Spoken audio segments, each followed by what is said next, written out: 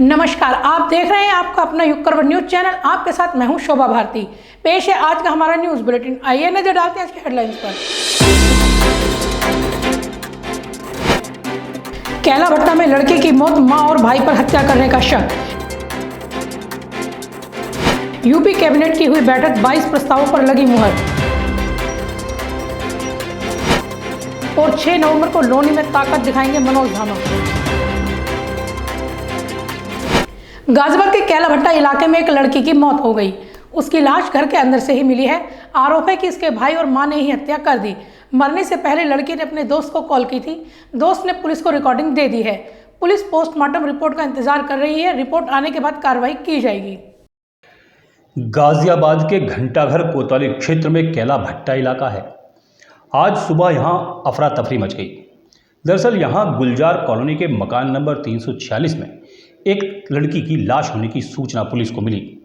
Police घटनास्थल पर पहुंची तो सूचना सही निकली। 10 बजे थाना क्षेत्र कोतवाली पुलिस को सूचना मिली कि उसके अंतर्गत पड़ने वाले स्नान नगर क्षेत्र में एक आवास में एक युवती जिसकी उम्र लगभग 20 वर्ष है, उसका शव उसी के घर में पड़ा हुआ है।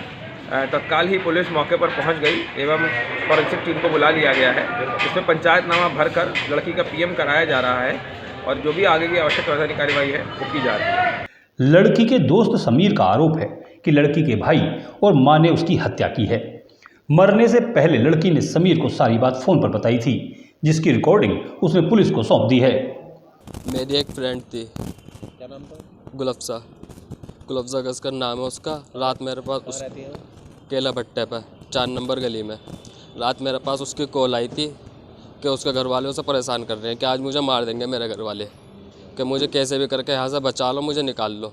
मैंने कहा ऐसा कुछ भी नहीं हो रहा। मैंने उसे बहुत समझाया, मैंने कहा ऐसा घर वाला कोई नहीं करता। फिर भी उसे ज़बरदस्ती करके उसे गला घोट कर मार दिया गया। मेरे पास उसके सारे एविडेंस हैंगे, रिकॉर्डिंग हैगी, सब कुछ हैगा मेरा उसका। कैसे एविडेंस है आपके पास? मेरे पास उसकी रिकॉर्डिंग है, जो जब जिस टाइम उसे मार रहे थे उसकी सारी रिकॉर्डिंग है कि बचा लो मुझे। और उसकी छोटी बहन भी बचा रही थी कि मत रहने दो भैया, रहने दो। वो सब चीज़ की रिकॉर्डिंग हैगी मेरे पास। किन किन लोगों ने मारा है? एक मोहित नाम है, एक तोहित है और उनकी मम्मी है शमशीदा। फिलहाल पुलिस पोस्टमार्टम रिपोर्ट का इंतजार कर रही है। रिपोर्ट मिलने के बाद आगे की कार्रवाई की जाएगी। पुलिस ने खाने के सैंपल भी जांच के लिए भेज दिए हैं। ब्यूरो रिपोर्ट, युग करवट। उत्तर प्रदेश सरकार की कैबिनेट की बैठक हुई। इसमें 22 महत्वपूर्ण प्रस्तावों को मंजूरी दी गई है। कमिश्नरेट वाले जिलों में अब देहात क्षेत्र को भी शामिल कर लिया गया है। साथ ही उत्तर प्रदेश औद्योगिक निवेश और रोजगार प्रोत्साहन नीति को भी मंजूरी दे दी गई है।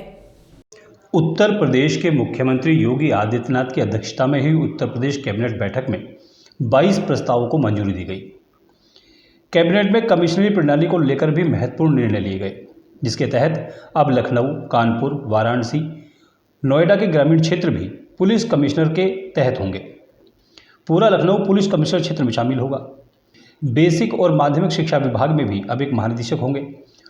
औद्योगिक विकास और अवस्थापना निवेश प्रोत्साहन नीति को कैबिनेट ने मंजूरी दे दी है। वाराणसी में पीपीपी मॉडल पर एकीकृत मंडल कार्यालय बनाने के प्रस्ताव को भी मंजूर किया गया है। कैबिनेट ने शीरा नीति 2022-23 को भी मंजूरी दी है। डाटा सेंटर नीति 2021 को भी मंजूरी मिल गई है। 1972 से यह चल रहा था। इसमें लगभग 14 लाख हेक्टेयर सिंचाई और 9 जिले प्रभावित होंगे। हमने मेन नहर तो बना दी, लेकिन साइड की रजवाहे और माइनर बनाने के लिए हमको जमीन नहीं मिल रही थी, तो उसको हमने एक्सचेंज किया है। चीफ सेक्रेटरी की अध्यक्षता में एक कमेटी गठित हुई थी। उस कमेटी के रिकमेंडेशन के आधार के ऊपर ये जमीन का परिवर्तन हुआ है। इसमें कैंपियरगंज, जो खास तौर से जनपद सिद्धार्थनगर का हिस्सा है, वहां से जो कैंपियरगंज की शाखा 25 किलोमीटर से लेकर 39 किलोमीटर के मध्य जो स्थान आता है, उसमें खास तौर से रजवाहों और माइनर्स का निर्माण हो सकेगा। ये हमने जमीन का जो अभी तक हमारे सामने इशू था वो हमने रिजॉल्व कर लिया। वन विभाग की जमीन हम ले लेंगे 0.8460 हेक्टेयर, जो वन विभाग के लिए निष्प्रयोज्य थी, जो किसी प्रकार से उनके लिए उपयोग में नहीं आ रही थी। इसकी संशोधित नीति 5 साल तक लागू रहेगी। स्टार्टअप नीति 2020 में संशोधन को कैबिनेट की मंजूरी मिल गई है। उत्तर प्रदेश निजी विश्वविद्यालय अधिनियम 2019 के अंतर्गत निजी क्षेत्र के SDGE ग्लोबल विश्वविद्यालय गाजियाबाद की स्थापना के लिए पत्र निर्गत किए जाने का संबंध में प्रस्ताव पास हुआ है। नहर सिंचाई परियोजना के अंतर्गत नहर प्रणालियों के लिए आवश्यक वन भूमि के बदले गैर वन भूमि के हस्तांतरण के संबंध में प्रस्ताव पास हुआ है। जिला वाराणसी में प्रस्तावित एकीकृत मंडल स्तरीय कार्यालय निर्माण संबंधी परियोजना के लिए मंडलायुक्त कार्यालय परिसर वाराणसी राजस्व विभाग की भूमि को आवास और शहर नियोजन विभाग को दे दी गई है। उत्तर प्रदेश औद्योगिक निवेश और रोजगार प्रोत्साहन नीति को मंजूरी दी गई है। इस बैठक में पास हुए सभी 22 प्रस्तावों को काफ़ी महत्वपूर्ण माना जा रहा है। ब्यूरो रिपोर्ट युग करवट। अयोध्या में हुए चरण पादुका पूजन कार्यक्रम में मुख्यमंत्री योगी आदित्यनाथ भी शामिल हुए। उन्होंने चरण पादुका पूजन के बाद श्री राम कर्मभूमि रथ यात्रा को हरी झंडी दिखाई। ये यात्रा अयोध्या से जनकपुर तक जाएगी। मुख्यमंत्री योगी आदित्यनाथ गुरुवार को श्री रामचरण पादुका पूजन कार्यक्रम में शामिल हुए। इस दौरान केंद्रीय मंत्री अश्विनी चौबे और परिवहन मंत्री दयाशंकर सिंह एवं साधु संत मौजूद रहे। मुख्यमंत्री योगी आदित्यनाथ ने मंत्रोच्चारण के साथ विधि विधान से श्री रामचरण पादुका की पूजा अर्चना कर श्री राम कर्मभूमि यात्रा का शुभारंभ किया। उन्होंने गंगाजल से आचमन और श्री रामचरण पादुका पर पुष्प अर्पित कर भगवान श्री राम से लोक कल्याण की मंगल कामना की। भद्रं कर्णेभिः क्षमयाम देवा भद्रं पश्येम सर्वयत्राः स्तरैरङ्गैतुष्ट्वागुंसनो विरुषेम हि देव हितं यदायुः। ओम श्री महागणाधिपतये नमः लक्ष्मीगणाभ्यो नमः उमामहेश्वराभ्यो नमः वाणीहरवाभ्यो नमः सुजिमराभ्यो नमः इष्टदेवताभ्यो नमः। श्री राम कर्मभूमि यात्रा अयोध्या से बक्सर होते हुए जनकपुर तक जाएगी। उनके साथ केंद्रीय मंत्री अश्विनी चौबे ने भी विधि विधान से श्री रामचरण पादुका की पूजा अर्चना की। पूजा अर्चना के बाद उन्होंने नारियल फोड़कर श्री रामचरण पादुक रथ को रवाना किया। इससे पहले साधु संतों ने मुख्यमंत्री योगी आदित्यनाथ को भगवान श्री राम पर आधारित पुस्तक और गंगाजल भेंट किया। ब्यूरो रिपोर्ट युग करवट। 6 नवंबर को लोनी के लालबाग मैदान में राष्ट्रीय लोकदल के अध्यक्ष जयंत चौधरी की जनसभा होगी। इसको सफल बनाने के लिए पूर्व चेयरमैन मनोज धामा दिन रात मेहनत कर रहे हैं। धामा ने क्षेत्र की जनता से समर्थन मांगा है। 6 नवंबर को लोनी के लाल बाग मैदान में रालोद नेता और पूर्व नगर पालिका अध्यक्ष मनोज धामा जनसभा कर रहे हैं। इस जनसभा को रालोद के राष्ट्रीय अध्यक्ष जयंत चौधरी संबोधित करेंगे। जनसभा को लेकर लोनी के बेहटा हाजीपुर गांव में एक सभा का आयोजन किया गया, जिसमें मनोज धामा ने कहा कि बीती हुई घटनाओं को पीछे छोड़कर अब आगे बढ़ना है। जनसभा में राष्ट्रीय लोकदल के अध्यक्ष जयंत चौधरी शामिल होंगे। किस तरह की तैयारी आपके द्वारा की? देखिए, माननीय जयंत चौधरी जी जो राष्ट्रीय लोकदल के हमारी पार्टी के राष्ट्रीय अध्यक्ष हैं, उनका लोनी आगमन है, तो उसके लिए उनका भव्य स्वागत की तैयारी की गई है। लालबाग के सब्जी मंडी मैदान पर उनका जो कार्यक्रम है 6 नवंबर को रविवार के दिन 2 बजे का है। कितनी भीड़ पहुंचने की संभावना? भीड़ की आप तुलना नहीं करेंगे। लोनी के इतिहास की सबसे बड़ी ये जनसभा होने वाली है और जब भी हमने कार्यक्रम करा है सबको पता है कि भीड़ के मामले में हम लोग बढ़ चढ़ के हमारे लोग हिस्सेदारी करते हैं। लोनी के आवाम हमारे कार्यकर्ता बहुत जागरूक हैं और ये ऐतिहासिक कार्यक्रम होगा, मैं आपको इतना ही आश्वस्त कर सकता हूं। मनोज धामा इस सभा के जरिए एक बार फिर से लोनी नगर पालिका चेयरमैन का चुनाव लड़ने की घोषणा कर सकते हैं।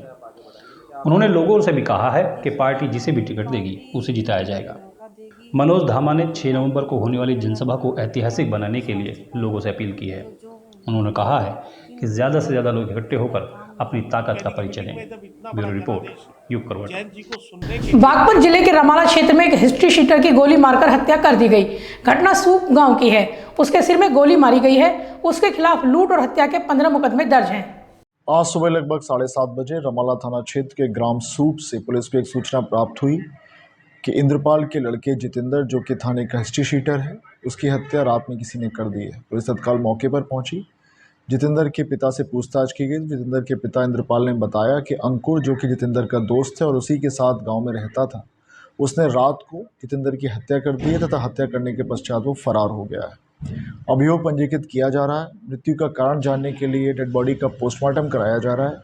अंकुर की तलाश की जा रही है। आवश्यक वैधानिक कार्रवाई की जा रही है। चुनाव आयोग ने गुजरात विधानसभा चुनाव का कार्यक्रम घोषित कर दिया है। यहां 1 और 5 दिसंबर को 2 चरणों में वोट डाले जाएंगे। चुनाव प्रक्रिया 5 नवंबर से शुरू होगी और परिणाम 8 दिसंबर को आएगा। गुजरात विधानसभा चुनाव का बिगुल बज गया है। चुनाव आयोग ने गुजरात चुनाव की तारीखों का ऐलान कर दिया। मुख्य चुनाव आयुक्त राजीव कुमार ने कहा कि गुजरात में पिछली बार की तरह 2 चरणों में चुनाव होंगे। वोटिंग 1 और 5 दिसंबर को होगी। चुनाव आयोग के अनुसार मतगणना हिमाचल प्रदेश के साथ ही 8 दिसंबर को ही होगी। इसमें there is a tradition of counting it together, there is weather, there is a difference between the date of last term of the assembly, the number of days on which MCC would be introduced. So there are a large number of factors. So there are certain factors which let me tell you in case, this particular case. Announcement जो आज हम कर रहे हैं वो अभी भी last date of जो टर्म है असेंबली का वो 18 फरवरी 2023 में, उससे 110 दिन पहले है। Still, it is quite in advance. There is still time. But then it gets constrained by or limited by or we have to factor in the elections in the other state. Then from counting 72 days gap between announcement, this is on 8th of December and the 18th of February, still there is a 72 days gap. So it's a combination of various things which also seriously have in consideration the last date of the term of the House. We are well before that. It is well within the factors of consideration, seeing the polls in the nearby states. Now coming to the larger question which you have asked about the independence. Gujarat में कुल 182 विधानसभा सीटों पर चुनाव होने हैं। इस बार चुनाव में आम आदमी पार्टी ने मुकाबले को त्रिकोणीय बना दिया है। पिछली बार भाजपा 99 सीटों के साथ पूर्ण बहुमत सरकार बना चुकी थी। कांग्रेस को 77 सीटें मिली थीं। घोषित कार्यक्रम के अनुसार चुनाव आयोग ने बताया है कि पहले चरण में 89 सीटों के लिए 17 नवंबर तक और दूसरे चरण में 93 सीटों के लिए 21 नवंबर तक उम्मीदवारी वापस लेने की अनुमति होगी। गुजरात चुनाव में नामांकन भरने की प्रक्रिया 5 नवंबर से शुरू होगी। चुनाव आयोग के अनुसार 14 नवंबर को पहले चरण की नामांकन प्रक्रिया खत्म हो जाएगी। दूसरे चरण की नामांकन प्रक्रिया 10 से 17 नवंबर तक रहेगी। ब्यूरो रिपोर्ट, यू करवट। नोएडा में किसानों पर हुए लाठीचार्ज का गाजियाबाद में भी विरोध हुआ है। यहां भारतीय किसान यूनियन अजगर के कार्यकर्ताओं ने कलेक्ट्रेट पर प्रदर्शन किया। इन लोगों ने लाठीचार्ज करने वाले पुलिसकर्मियों पर कार्रवाई की मांग की है।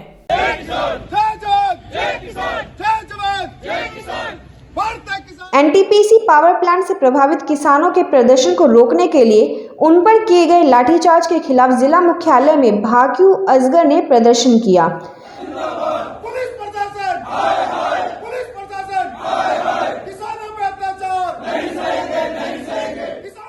प्रदर्शन कर रहे नेताओं ने आरोप लगाया कि पुलिस ने असंवेदनशीलता का परिचय दिया है।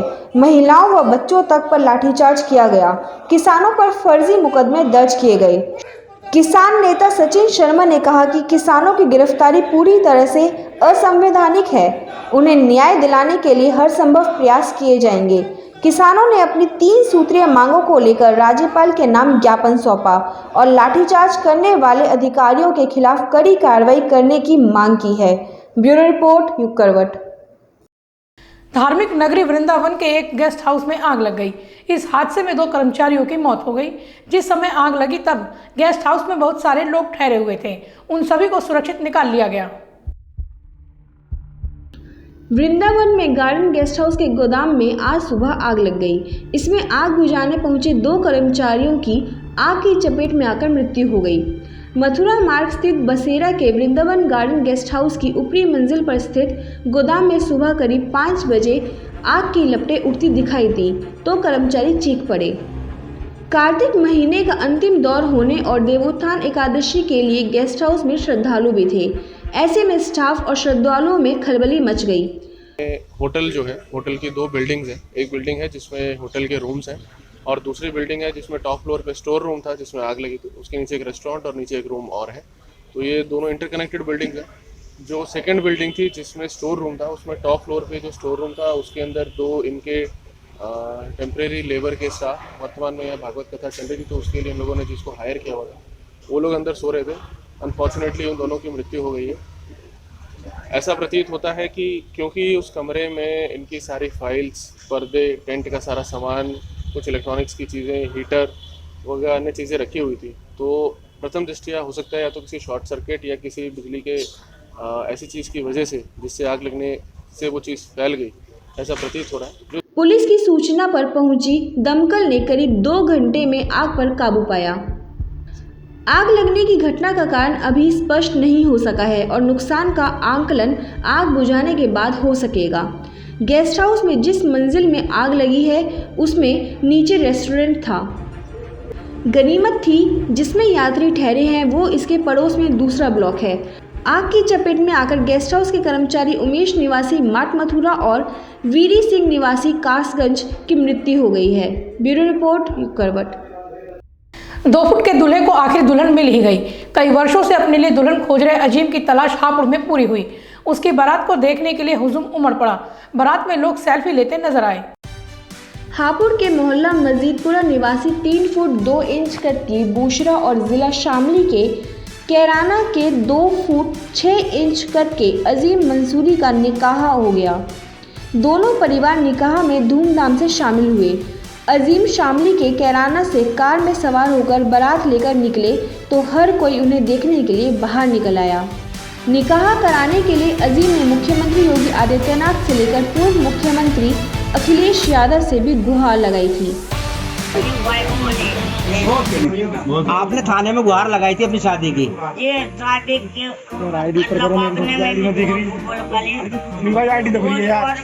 मेल पाने आपका भी धन्यवाद देना हो, पूरी प्रशासन वालों का भी, मीडिया वालों का भी गुहार लगाई थी। कुछ समय पहले उसने शामली महिला थाने में पहुंचकर भी निकाह कराने के लिए गुहार लगाई थी। उसने जिला प्रशासन और पुलिस अधिकारियों से भी मदद मांगी थी। हापुड़ पहुंचकर 2.5 फुट का दूल्हा अजीम और 3 फीट की बुशरा आखिरकार एक दूजे के हो गए।